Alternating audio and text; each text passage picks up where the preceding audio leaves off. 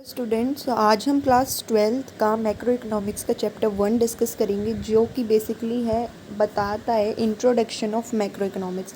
मतलब macro economics का introduction के बारे में ही, मैक्रो इकोनॉमिक्स हम क्यों पढ़ रहे हैं, क्या है मैक्रो इकोनॉमिक्स, और हमें इस सब्जेक्ट्स को क्लास 12th में दिया ही किस लिए गया है, क्या इसका मेन मोटिव है, क्या क्या हम इसमें स्टडी करने वाले हैं। ये सभी चीज़ें हम इस चैप्टर के थ्रू समझने वाले हैं। So this chapter is very important, क्योंकि आपका सब्जेक्ट का नेम क्या है, मैक्रो इकोनॉमिक्स, और उस मैक्रो इकोनॉमिक्स के इंट्रोडक्शन पार्ट के लिए ही ये चैप्टर रखा गया है। सो इस चैप्टर में हम क्या क्या पढ़ेंगे, इस चैप्टर में हम पढ़ेंगे सबसे पहले मैक्रो इकोनॉमिक्स क्या होता है। देन उसके बाद हम डिस्कस करेंगे कि मैक्रो इकोनॉमिक्स माइक्रो इकोनॉमिक्स के कैसे डिफरेंट होता है, क्या डिफ़र होता है, how micro economics is differ from the macro economics. मतलब जो आपने माइक्रो इकोनॉमिक्स पढ़ा था क्लास 11th में, वो मैक्रो इकोनॉमिक्स से किस तरीके से डिफरेंट है, किस तरीके से अलग है, और हम ये क्लास 12th में मैक्रो इकोनॉमिक्स किस लिए पढ़ रहे हैं, क्या इसकी इम्पोर्टेंस है। ठीक है, नेक्स्ट होता है हमारा कि हम देखेंगे कि हमारा स्कोप, मैक्रो इकोनॉमिक्स का क्या स्कोप है, क्या सिग्निफिकेंस है। ओके, नाउ सबसे पहला है हमारा about macro economics. Macro economics क्या होता है basically. Origin of the term, जो ये मैक्रो इकोनॉमिक्स है, इस टर्म का ओरिजिन कहाँ से हुआ, जन्म कहाँ से लिया इस वर्ड ने। So the origin of the term macro is in English has its origin in the Greek. सो ये मैक्रो जो टर्म है, ये एक इंग्लिश वर्ड है, लेकिन ये कहाँ से लिया गया है, ग्रीक वर्ड से लिया गया है, जिसको हम बोलते हैं ग्रीक में मैक्रोज। क्या बोलते हैं, मैक्रोज, जिसका मतलब क्या होता है, लार्ज। अब आप बोलते हैं ना, लार्ज को बोल देते हैं आप मैक्रो, बड़ा लेवल का। ठीक है, सो जब हम बहुत बड़ी इकोनॉमी के बारे में बात करते हैं, मैक्रो, लार्ज, किसी बड़ी इकोनॉमी के बारे में बात करते हैं, तो उसको ही हम क्या बोलते हैं, मैक्रो इकोनॉमिक्स। सो ये वर्ड कहाँ से लिया गया था, एक इंग्लिश वर्ड है, ये एक इंग्लिश वर्ड है, और इसका ओरिजिन कहाँ से हुआ, ग्रीक वर्ड से हुआ। ग्रीक में इसको क्या बोला जाता है मैक्रोस, जिसका मतलब क्या होता है, large. In the context of macro economics, large means the economy as a whole. लेकिन अगर हम मैक्रो इकोनॉमिक्स के कंटेक्स में बात करें, मैक्रो इकोनॉमिक्स के पार्ट में बात करें कि इसको क्या बोला गया है, तो मैक्रो इकोनॉमिक्स को यहाँ पे बोला गया है means economy as a whole. आपने माइक्रो इकोनॉमिक्स में क्या डिस्कस किया था कि जब आप स्टडी करते हैं सिर्फ एक पर्सन के इश्यूज़ के बारे में, एक पर्सन की क्या क्या प्रॉब्लम एराइज हो रहे हैं उसके बारे में, एक पर्सन के मैक्सिमम सेटिस्फेक्शन के बारे में। बट इसमें आप क्या बात करोगे, पूरी कंट्री के बारे में डिस्कस करोगे, पूरी कंट्री के बारे में बात करोगे, पूरी इकोनॉमी के बारे में बात करोगे। एक कंट्री की पूरी इकोनॉमी के बारे में जब आप बात करते हो, that is called the economy as a whole. So macro economics means जब हम किसी कंट्री की पूरी इकोनॉमी के बारे में बात करते हैं, like the economy of India, economy of America. ठीक है, जब आप एक एक कंट्री की पूरी इकोनॉमी के बारे में बात करते हो, that is called the economy as a whole. ठीक है, so origin of the term कहाँ से हुआ, इंग्लिश वर्ड है, ग्रीक से लिया गया, जिसका मतलब था मैक्रोज।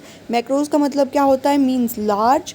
और in context of macro economics इसको कैसे बोला गया है कि macro economics means economy as a whole, पूरी की पूरी इकोनॉमी हमारी।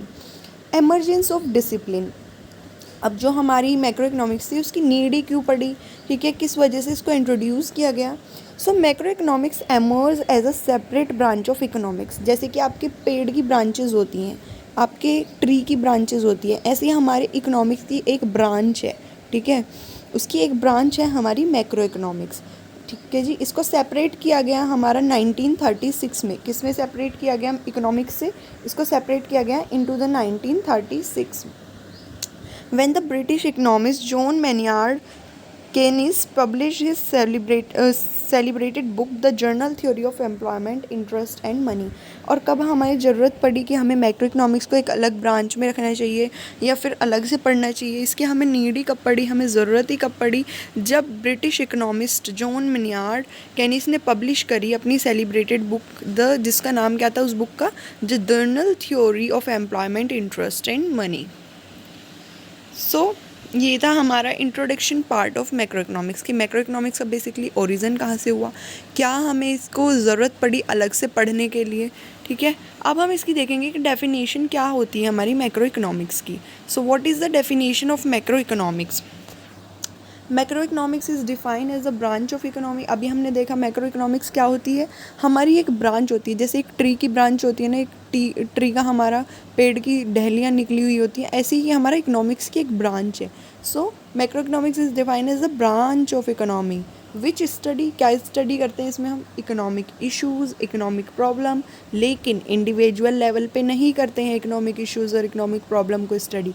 हम इसमें किस लेवल पे करते हैं? लार्ज लेवल पर। That's mean the level of a economy as a whole. जब हम पूरी कंट्री की इकोनॉमिक इश्यूज़, इकोनॉमिक प्रॉब्लम के बारे में स्टडी करते हैं, that is called the macro economics. Okay, now वो क्या क्या प्रॉब्लम्स हो सकती हैं? जैसे कि आपने इंडिविजुअल लेवल पे तो देखा था, प्रोड्यूसर्स होते थे, कंज्यूमर्स होते थे, उनकी सप्लाई, उनकी जो है ये हो गया आपका डिमांड रेट, उसकी वजह से प्रॉब्लम होती थी। सो पूरी कंट्री को क्या क्या प्रॉब्लम्स अराइज हो सकती है? जैसे कि एम्प्लॉयमेंट, की कंट्री का एम्प्लॉयमेंट रेट क्या चल रहा है, growth of output in the economy, की ग्रोथ क्या चल रही है हमारी कंट्री की, आउटपुट कितना प्रोड्यूस कर रहे हैं सभी प्रोड्यूसर्स हमारी कंट्री में। The problem of price rise, जब हमारी कंट्री में ज़्यादा प्राइस राइज हो जाता है तो लोगों को क्या दिक्कत होने लगती है? इन्फ्लेशन की दिक्कत होने लगती है। The problem of depression, the lack of demand for a good and services, जब हमारे गुड्स एंड सर्विसेज की डिमांड कम हो जाती है, means problem of depression arise हो जाती हैं। सो ये सभी प्रॉब्लम्स हम किस में डिस्कस करते हैं? ये प्रॉब्लम, ये इश्यूज़ हम करते हैं मैक्रो इकोनॉमिक्स में discuss. and services across different sector of the economy are the principal issues which come in the ambit of macroeconomics. So macroeconomics में basically हम क्या क्या issues and problems को discuss करते हैं? These are the problems which we can discuss into the macroeconomics. अब ये तो आपकी हो गई डेफिनेशन। आप ये वाली डेफिनेशन भी जो है एग्ज़ाम में लिख कर आ सकते हैं, बट आप ये जो थे आपके एम.एच. स्पेंसर, इन्होंने भी एक डेफिनेशन दी थी मैक्रो इकोनॉमिक्स की, आप ये भी डिस्क्राइब करके आ सकते हैं इफ़ यू वांट। मीनिंग वही सेम है, वही मीनिंग ये दे रहा है, वही मीनिंग वो वाली डेफिनेशन दे रही है।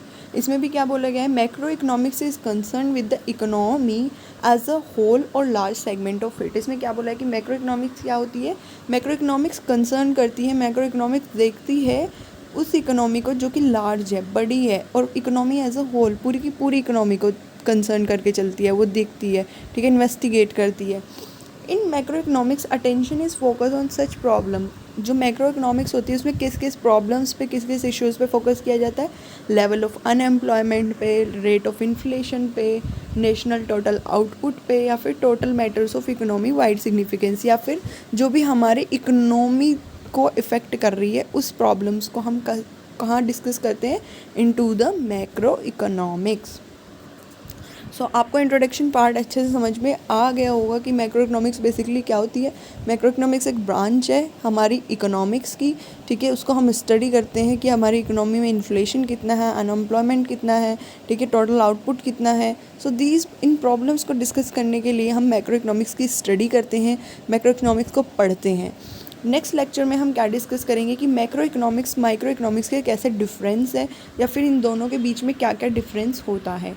So if you really like this video, please do like, subscribe and share my channel.